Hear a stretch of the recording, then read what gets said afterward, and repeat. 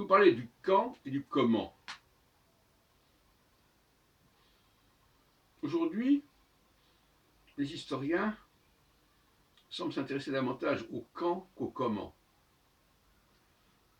Et moi, je pense qu'il faut passer à un stade où on doit s'intéresser davantage au comment et moins au quand.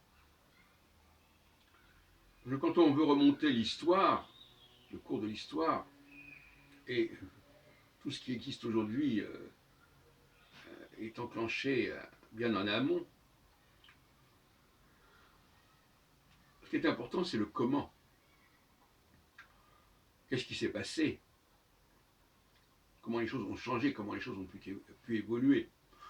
Maintenant, le quand, c'est tout à fait secondaire à la limite. Ce qui est important, c'est bien sûr d'établir une chronologie, mais une chronologie au sens d'une succession, une genèse, sans prétendre dater exactement.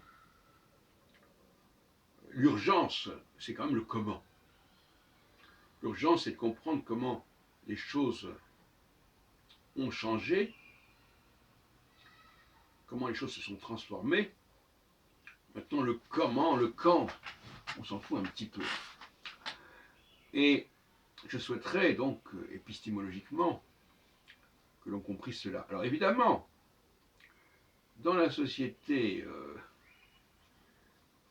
qui, à partir du XVe siècle, notamment avec l'imprimerie, etc., on est submergé par du quand. On a les dates des bouquins, on a les dates de ceci, on a les dates de cela. Donc l'historien, envahi par les dates, va être obligé, ou va se croire obligé de gérer cette question des dates et donc du quand, et ça se fera aux dépens, quelque part, du comment. Et ceux qui suivent mes causeries ont compris que je me méfie de ce qu'on pourrait appeler la surabondance et la saturation de certaines informations aux dépens d'autres.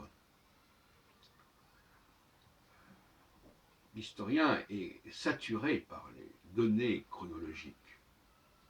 Mais ce sont des données chronologiques basiques, c'est-à-dire celles qui sont indiquées sur les documents, et qui ne sont pas forcément fiables, comme j'ai montré à maintes reprises dans mes travaux sur Nostradamus. Les fausses éditions, les éditions antidatées, ça existe.